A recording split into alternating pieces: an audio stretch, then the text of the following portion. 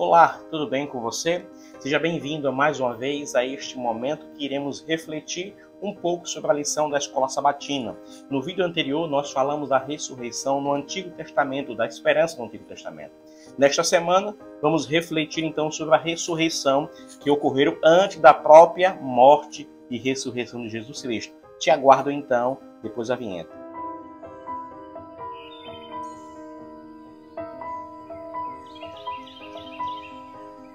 Olá, tudo bem? Nesta semana iremos estudar o tema da quinta lição da Escola Sabatina, que tem por título Ressurreição Anterior à Cruz. Então podemos ver de forma bem clara aquilo que Cristo ressuscitou antes mesmo a sua morte e ressurreição na cruz do Calvário.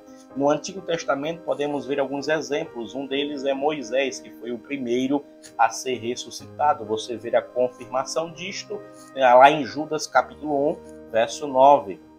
Durante a monarquia de Israel, encontramos a ressurreição do filho da viúva de Sarapta e também o filho da Sunamita. Podemos encontrar esses registros. Cristo, durante o seu ministério, também executou a ressurreição do filho da viúva de Naim, a filha de Jairo e também Lázaro, que era um dos amigos ao qual Cristo relata que amava e participava de vários momentos ali juntos com a sua família. O verso para memorizar da semana traz alusão exatamente ao episódio de Lázaro e sua ressurreição, quando Cristo declara em João capítulo 11, verso 25 e verso 26, dizendo: Eu sou a ressurreição e a vida. Quem crê em mim, ainda que morra, viverá. E todo aquele que crê em mim não morrerá eternamente. Todos estes voltaram a viver. Moisés, o texto relata que não reviveu para este mundo, mas os outros relatam que reviveram, voltaram a viver no meio dos seus queridos, mas nenhum deles ali fala daquilo que aconteceu após a morte. Isso enfatiza o seguinte pensamento, que o estado dos mortos é aquilo que não existe conhecimento. Com isso, leva-nos a entender que de fato não existe uma alma vagando ou simplesmente morreu, foi bom, vai direto para o céu. Imagina Lázaro quando voltou da morte, foi ressuscitado por Cristo, poderia estar bem chateado se ele estivesse no céu, né? Pois assim dizer, ele foi ressuscitado para viver neste mundo, sofrer e posteriormente chegar a descansar novamente. Mas, queridos, Judas capítulo 1, verso 9, confirma a ressurreição do corpo de Moisés. A disputa foi a respeito do corpo e não de uma alma sobrevivente. É bem relatado nesse texto. Deuteronômio 34, verso 5 ao verso 7, nos mostra que Moisés viveu 120 anos e aí então descansou. E o Senhor o sepultou no lugar escondido, em um vale na terra de Moabe. Mas o profeta permaneceu muito tempo na sepultura.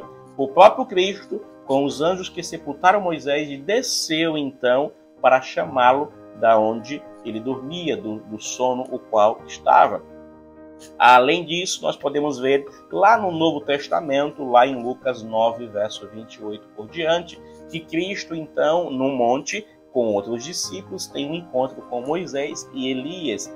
Pois Moisés, temos o relato que veio a falecer. Elias, a Bíblia registra que ele ascendeu ao céu em uma carruagem de fogo. Então assim, Elias não foi morto ou não passou pela morte. Sendo assim, não é espírito que ficam vagando, mas de fato algo bem específico.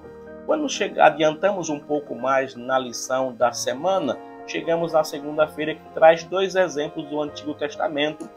O primeiro exemplo ocorreu durante a grande apostasia em Israel, sob a influência do rei Acabe e sua esposa pagã Jezabel, quando Elias então vai para Sarapta e fugindo de Jezabel e de sua perseguição, ali ele encontra alguém especial que o ajuda e o filho desta pessoa veio então a falecer. E Elias, através do Espírito Santo, ressuscita este menino. O segundo exemplo é a ressurreição que ocorreu em Sunem, uma pequena vila ao sul do Monte Giboa, onde Eliseu, agora substituto, ou profeta no lugar de Eliseu, veio então a realizar o mesmo milagre. Essas mulheres tinham origens diferentes, mas a mesma fé salvífica. Alguns podem dizer, mas isso só aconteceu no meio íntimo de Deus ou de Cristo. Não, estes dois exemplos mostram de pessoas que viviam em um meio pagão, tinham uma descendência pagã, mas acreditava em um Deus que tem poder para transformar vida. É o mesmo Deus que pode transformar a tua vida hoje, se assim você permitir e deixar Ele alcançar o seu coração. Tenha certeza que Ele pode transformar você. Adiantando um pouco mais, nós vemos o filho da viúva de Naim, onde havia aldeias inteiras, onde não existia mais nenhuma casa em que não se houvesse lamento de enfermo. Ou seja, Jesus, então, passando, encontra um percurso para um sepultamento, e aí, então, Cristo mesmo dará a ordem de ressurreição para aquele que dormia o sono da morte. Durante seu ministério na Galileia, Jesus curou os doentes, expulsou demônios e também fez milagre da ressurreição. A viúva fenícia, lá de 1 Reis, capítulo 17, verso 8 e 24, e a sunamita, de 2 Reis, capítulo 4, verso 18 a 37, pediram ajuda. Mas a viúva de Naim foi ajudada sem que ela sequer pedisse. Isso significa, queridos, que Deus cuida de nós mesmo quando somos incapazes ou nos sentimos tão indignos de sua ajuda, do seu auxílio. Jesus viu o problema e tratou. Tão típico de Deus, não é verdade? Ele cuida de você. Por mais que você não tenha força ou não se sinta capacitado para clamá-lo, Ele ouve e responde no momento certo a sua súplica. Quando vamos para a situação de Lázaro, Lázaro é alguém que era mais perto, mais íntimo de Cristo. Jesus usou a metáfora do sono ao falar sobre a morte do mesmo. Quando alguns pensavam que ele tivesse falado sobre o sono literal, Jesus afirmou então: Lázaro morreu. João, capítulo 11, verso 11 e até o verso 14.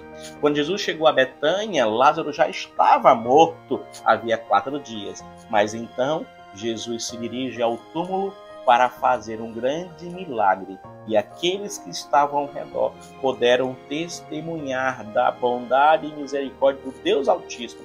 Mas, deixa eu dizer uma coisa, muitos ainda têm o seu coração petrificado, duro, congelado, e aqueles que ali viram o milagre, posteriormente, alguns dias depois, estavam clamando: crucifica-o, crucifica-o.